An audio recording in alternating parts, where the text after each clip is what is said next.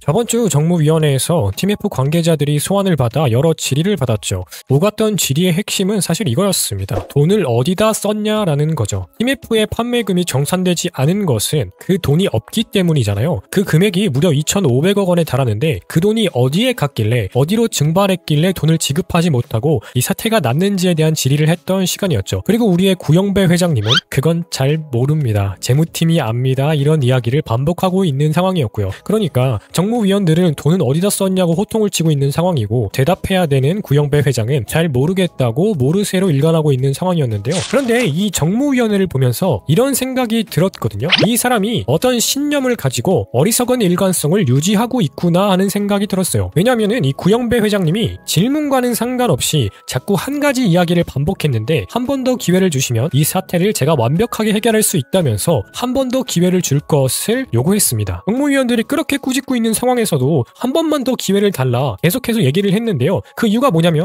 티몬과 위메프를 합병해서 영업 정상화를 시키고 자본시장을 이용한다면 수익 창출을 통해 이 문제를 완벽하게 해결할 수 있다는 거였어요. 자신은 그만큼의 대책과 능력이 있다는 거죠. 그리고 구영배 회장이 자본시장 이야기를 하는 걸로 봐서는 여전히 나스닥 상장을 믿고 있는 듯한 태도를 계속 취해왔던 거죠. 대체 이 구영배 아저씨는 사태가 이렇게까지 흘러갔음에도 불구하고 왜 계속해서 어리석은 일관성을 유지하는 걸까요? 그 이유를 그의 삶을 통해 한번 알아보고자 합니다. 이 구영배 아저씨는 정무위원회에서 말도 더듬고 대답도 제대로 못하는 모습을 봐서 야, 이 사람 회장 맞아라는 이야기도 나왔지만, 사실은 이 구영배라는 아저씨는 오픈마켓의 신하라고 불리는 사람입니다. 이분의 양력을 간단하게 보면요, 서울대 공과대학을 졸업했고요, 1999년에 인터파크에 입사하게 됩니다. 그리고 인터파크의 사내 벤처기업으로 경매 사이트 구수닥을 창업하는데요, 여기서만 봐도 이 구영배라는 사람이 얼마나 큰 꿈을 가지고 있는 사람이었는가를 알 수 있죠. 구수닥, 뭔가 익숙하지 않습니까? 나스닥의 스닥과 구영배 구를 합쳐서 구수닥을 창업한 거죠. 이 사람은 이때부터 이미 나스닥을 꿈꿨던 사람인 것 같아요. 그리고 이 구수닥이라는 회사는 지마켓의 전신이 됩니다. 구수닥이 창업 초기부터 잘 됐던 거는 아니었어요. 구수닥은 경매 사이트로 당시 옥션이라는 경매 사이트가 잘 되고 있는 상황이었고, 벤치마킹에서 구수닥을 창업했지만 생각보다 잘 되지는 않았습니다. 그러니까 생각을 전환해서 지마켓이라는 중소상인들의 상품을 입점받아서 판매하는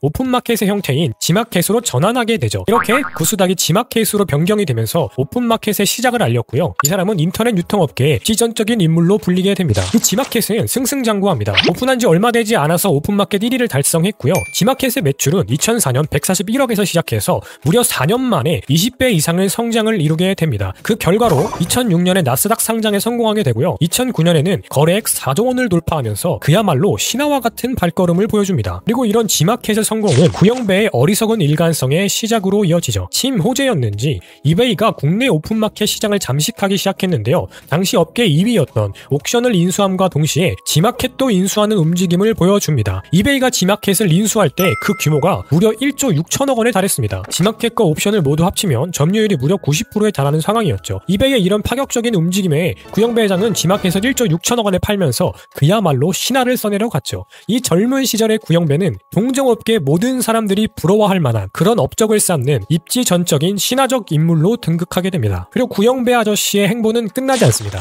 2010년에는 싱가포르로 넘어가서 Q10이라는 회사를 설립하게 되는데요. 이런 생각을 하실 거예요. 한국에서 잘했던 사람이 왜 싱가포르를 갔을까라고 의문이 들 수 있는데, 그 이유는 지마켓을 매각할 때 이베이와 맺었던 경업조항 때문이었습니다. 경업조항이라는 건 지마켓 매각 이후에 향후 10년간 한국에서는 동일업종으로 창업을 금지하는 조항이었고요. 이 조항으로 인해서 한국에서는 더 이상 창업활동을 할 수 없게 되자 싱가포르로 넘어가서 더 큰 사업의 꿈을 펼치게 되었던 거죠. 구영배 아저씨의 싱가포르 진출은 꽤나 성공적이었습니다. 당시 싱가포르는 오픈마켓 태동기였는데요. 주로 중국산에 의존하고 있는 상황이었습니다. 이런 싱가포르 마켓의 흐름을 잘 읽은 구영배는 고품질의 한국 물건을 직구로 판매하기 시작했죠. 그리고 그 전략에 먹혀들어 싱가포르 점유율 30%를 달성하며 오픈마켓 1위의 기업으로 키우게 됩니다. 그렇게 구영배의 쿠텐은 세계로 뻗어나가기 시작했죠. 싱가포르를 시작으로 인도네시아, 말레이시아에 진출했고요. 뿐만 아니라 한국, 일본도 지금 진출해 있는 상황이죠. 그렇게 큐텐은 매출 1조 원을 달성하면서 승승장구하는 것처럼 보였습니다. 하지만 현실은 생각보다 녹록지 않았는데요. 표면적인 규모는 계속 커져가고 있는 상황이었지만 큐텐의 실질적인 경영 실적은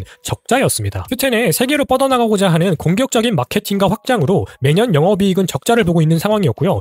2021년에는 누적이익이 마이너스 4,300억을 기록할 만큼 경영 상태가 굉장히 좋지 않은 상황이었죠. 일각에는 이런 이야기도 나왔는데요. 구영배 회장이 지마켓 신화로 벌었던 모든 돈을 Q10을 운영하면서 까먹었다라는 이야기도 나왔어요. 그러니까 이 구영배 회장은 정말 쪽박 찰 수 있는 그런 상황에 내몰리게 되었던 거죠. G마켓의 신화를 썼던 구영배 회장, 새로운 묘안을 찾아서 고민을 하게 됩니다. 그리고 그가 찾은 묘안은 나스닥이었습니다. 그의 성공과 끝을 책임질 것은 곧 나스닥이라고 생각했던 거죠. G마켓으로 나스닥에 상장하면서 성공 신화를 썼던 만큼 이번에는 Q익스프레스라는 Q10의 자회사인 물류회사를 통해서 나스닥 상장을 통해 이 위기를 타개할 묘안으로 진행하게 됩니다. 그리고 구영배 회장이 가장 먼저 했던 것은 Q익스프레스를 나스닥에 상장하기 위해서 몸집 불리기에 박차를 가하게 되는데요. 당시 Q10은 팬아시아 커머스라는 큰 꿈을 가지고 있었죠. 한국과 중국, 일본뿐만 아니라 동남아시아 전역에 하나의 네트워크로 연결한 팬아시아 커머스를 이룩하여 온라인 마켓의 세계화를 이루어 보겠다는 꿈이었는데요. 그 일환으로 Q10은 인도로 진출하게 됩니다. 인도로 진출할 때 샵클루스라는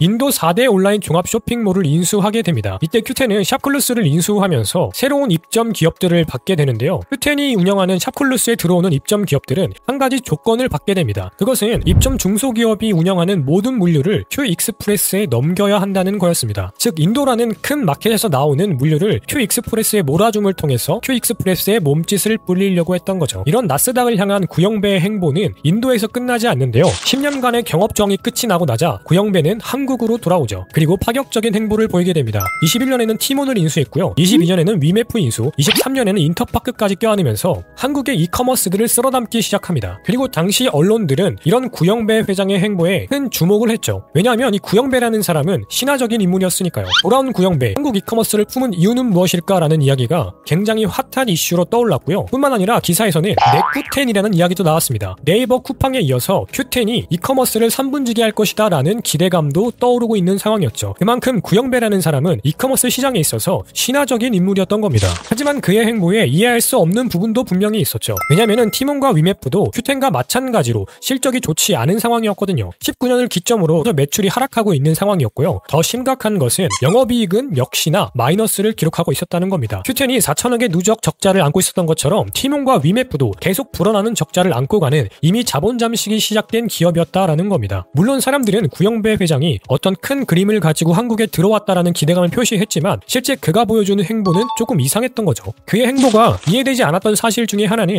국내 쇼핑몰 월간 활성화 이용자 수를 보면 알 수 있습니다. 티몬과 위메프, 인터파크를 모두 합쳐봐야 점유율이 8%에 불과했거든요. 쿠팡은 이미 독보적인 입지를 굳혀나가고 있는 상황이었고요. 거기다가 악자가 겹치게 되는데 알리와 테무가 한국에 진출을 하면서 더욱이 이커머스 시장은 쉽지 않은 상황이었습니다. 네쿠텐이라고 하기에는 이커머스 업계를 재편하기에는 무리라는 의견들이 대다수였죠. 그러니까 사람들이 구영배 회장은 무슨 의도를 갖고 한국에 들어온 것인가 라는 의문을 갖기 시작했던 겁니다. 그리고 우리의 구영배 회장은 정말 나스닥에 미친 남자였죠. Q익스프레스의 몸짓을 불리기 위해 티몬, 위메프, 인터파크 뿐만 아니라 AK몰이라는 곳도 인수를 했고요. 실제로 이 업체들을 이용해서 Q익스프레스의 몸짓을 불리는 데 성공합니다. Q익스프레스는요, 콜드체인 물류가 9.2배 성장을 하게 되는데요. 그 주요한 물동량은 티몬, 위메프, 인터파크와 같은 인수한 기업들로부터 나오는 물류량이었습니다. 에어사 플랫폼이 론칭한 프라임 프레시라는 콜드체인 물량을 확보해서 Q익스프레스의 몸짓을 불려 나갔고요. 뿐만 아니라 대다수의 물류들을 Q익스프레스에 몰아주는 행보를 보여주게 되죠. 그러면 이런 생각을 하게 될 겁니다. Q10은 이미 적자 기업으로 돈이 없는데 대체 이 많은 기업들을 어떻게 인수한 걸까 하는 의문이 들게 되죠. 실제 Q10은 현금 유동성 비율이 0.28에 불과했습니다. 0.28이라는 거는 거의 도산 직전의 기업이나 다를 바가 없는 건데요. 사실상 움직일 수 있는 현금이 없는데 대체 어떤 방법으로 인수를 한 걸까요? 그 방법은 바로 지분 교환을 통한 인수였습니다. Q10에 지분을 주는 방식으로 기업을 인수했는데요. 여기에도 한 가지 의문이 있죠. Q10은 이미 적자 기업이고 현금 유동성도 없는 거의 파산 직전의 재무 상태를 보여주고 있는데 어떤 가치가 있길래 지분을 받고 기업을 넘기냐 이런 생각을 할 수 있단 말이에요. 여기에는 당연히 나스닥 상장이라는 미래적 가치가 개입되어 있습니다. Q익스프레스를 상장하게 된다면 Q익스프레스의 기업 가치만 10억 달러에 달할 것이라는 관측이 나왔고요. 이 Q익스프레스는 Q10과 구영배의 지분이 98%에 달하는 기업입니다. 즉 구영배가 G마켓의 신화를 이루었던 것처럼 Q익스프레스를 통해 나스닥 상장이라는 신화를 다시 한 번 더 이뤄낸다면 Q10의 지분 가치는 폭등할 수밖에 없는 거죠. 그리고 구영배라는 사람의 그 신화를 믿고 구영배라는 사람의 능력을 믿고 기업들은 지분 교환을 통해 자신들의 기업을 매각한 겁니다.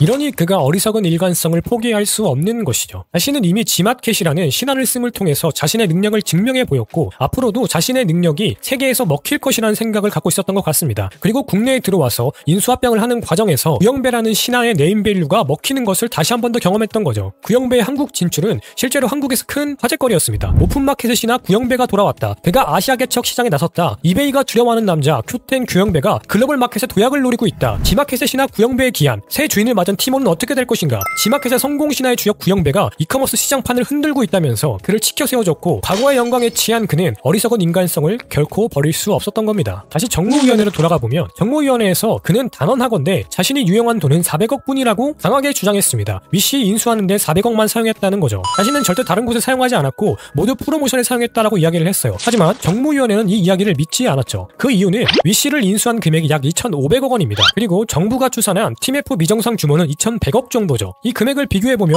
얼추 비슷한 거예요. 그러니까 정무위원들이 판단해 봤을 때 구영배 회장이 위시를 인수한다고 팀F의 돈을 가져다 쓴 거다. 그 결과로 팀F 미정산 사태가 일어난 것이다라고 판단을 하고 구영배 회장에게 질의와 질타를 던졌던 거죠. 하지만 구영배 회장은 당당하게 아니다, 나는 400억만 썼다라고 이야기를 했어요. 그리고 실제로 구영배 회장은 400억 원만 조달해서 위시를 인수했고요. 큐텐 위시의 자금 흐름을 보면 팀F에서 400억 원을 조달해서 현금 400억 원과 나머지 2천억 원은 지분 교환을 통해서 인수했다는 것이 밝혀졌습니다. 그리고 구영배 회장의 위시를 인수한 거는 큐텐의 몸집 불리기를 위한 나스닥 상장을 위한 것이었다라기보다는 위시가 가지고 있던 현금 2천억 원의 자산을 얻기 위한 것이었던 것으로 판단됩니다. 즉 이 말은 뭐냐면 위시 인수는 팀F 사태를 돌려막기 위한 현금 확보를 위해서 인수한 기업이라는 거예요. 이 구영배 회장은 정무위원회에서 말했던 것처럼 자신이 반드시 나스닥에 상장을 할 수 있을 거라는 확신을 가지고 있었던 것 같습니다. 당장의 미정상 금액만 막는다면, 조금의 시간만 주어진다면 나스닥 상장을 성공해서 모든 것을 궤도에 올려놓을 수 있다라는 판단을 했던 거죠. 그렇게 봤을 때 구영배 회장이 정무위원회에 출석한 이유는 결국 자신감이었던 것 같아요. 정무위원들이 말했던 것처럼 사실 구영배 회장은 정무위원회에 출석할 이유가 없었습니다. 여느 재벌처럼 휠체어에 앉아서 아프다고 해도 되고요. 정무위원회는 출석의 강제성을 가지고 있지 않죠. 그럼에도 불구하고 정무위원회에 자진해서 나온 이유는 나는 정말로 해낼 수 있다. 지마켓의 신화 구영배니까 조금의 시간만, 조금의 운만 더 있었다면 다시 나스닥을 통해 내가 회복할 수 있다는 생각을 가졌던 것 같아요. 팀F 사태가 일어나고 수없이 많은 피해들이 예상되는 그 순간에도 이 사람은 자신의 어리석은 일관성을 버리지 못하고 오만함으로 똘똘 뭉쳐서 정무위원회에 출석했던 거죠. 그 사실을 잘 볼 수 있는 게 그가 계속 말했던 한 번의 기회였다고 생각합니다. 그는 실제로 팀원과 위메프 합병 출범 계획이라는 계획서를 가지고 와서 계속 발언 기회를 달라고 했습니다. 한 번만 기회를 주시면 팀원과 위메프 합병을 통해서 해결할 수 있다라는 이야기를 계속 했던 거죠. 이 순간에도 그는 나스닥을 버리지 못한 겁니다. 나스닥을 아이덴티파이한 남자였던 거죠. 그리고 실제로 그의 바램대로 팀원과 위메프는 합병 절차에 들어갔고요. K-커머스라는 형태로 다시 회사를 재편해서 영업 정상화를 노리고 있습니다. 그리고